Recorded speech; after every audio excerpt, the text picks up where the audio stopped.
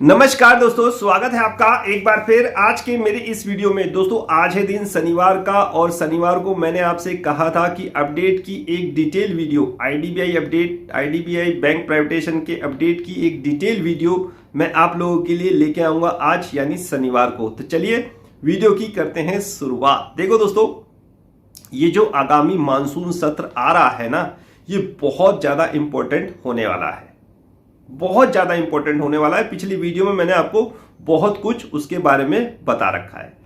अब अपडेट में क्या था, अपडेट में भी तो यही बात है। अपडेट में क्या कह रहे हैं, अपडेट में यही बात है, चाहे वो सूत्रों के हवाले से हो, खबर यही निकल के सामने आ रही है कि आगामी मार्च तक यानी कि 2023 का जो मार्च आ रहा है, इस समय तक सरकार बहुत सारी प्रक्रिया को पूरा कर लेगी। यानी कि जितनी भी प्रक्रिया चल रही है आईडीबीआई बैंक में हिस्सा बिक्री की, उसको सरकार मार्च तक पूरा कर लेगी। लेकिन इस बिक्री की प्रक्रिया को पूरा करने के लिए कुछ बिल में संशोधन करने आवश्यक है। किस बिल में? बैंकिंग बिल में।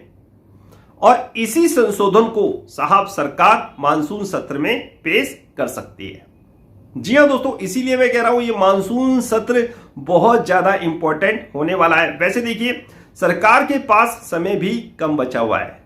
किस लिए बचा हुआ है? आगामी 2024 में है इलेक्शन, तो सरकार के पास दोस्तों समय भी कम है। अब ऐसे समय में सरकार अगर निजीकरण को लेकर कोई बिल लेके आएगी तो सरकार साहब मुझे नहीं लगता कि वो सबके हित में होगा, और सरकार के हित में तो बिल्कुल नहीं होगा।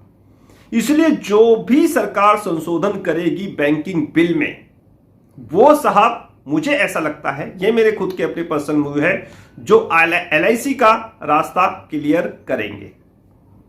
यानी आईडीबीआई बैंक में अगर सरकार अपनी हिस्सेदारी बेचती है तो एलआईसी को प्रमुखता उसमें दी जाएगी। और इसी का संशोधन, जो भी संशोधन होगा, ऐसा नहीं है कि सब आनंद फानन में सरकार अपनी हिस्सेदारी एलआईसी को बेच देगी। जो भी प्रावधान होगा, जो भी लीगल प्रोसेस होते हैं, उसकी एक प्रक्रिया होती है। बिल लाया जाता है संशोधन के साथ, और फिर वो लोकसभा राज्यसभा में पास होता है, फिर वो कानून का रूप लेता है, फिर आरबीआई से भी सब परमिशन वगैरह लेनी पड़ती है। बहुत सारी प्रक्रिया है। तो ये सब प्रक्रिया को पूर्ण करने में मार्च तक का समय तो लगेगा ही। तो इसीलिए ये मार्च तक का अपडेट आपके सामने आया था, जिसको मैंने कल बताया था आपके लिए वीडियो भी। उसमें मैंने ये कहा था कि आईडीबीआई बैंक के जो निजीकरण यानी हिस्सा बिक्री की बातें चल रही हैं, वो साहब मार्च तक स्थिति साफ होने की उम्मीद है।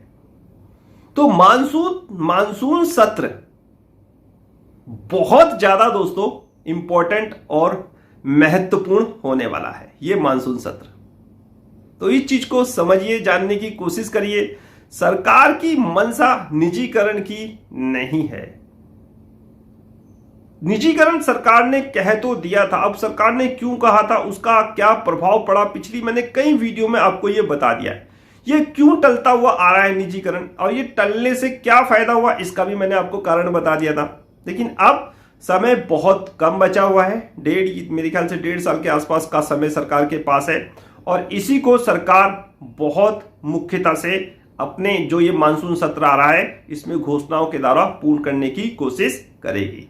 यानी इस मानसून सत्र में सरकार अहम घोषणाएं कर सकती है। स्पेशली हमारा रिलेशन किससे है? बैंकों से।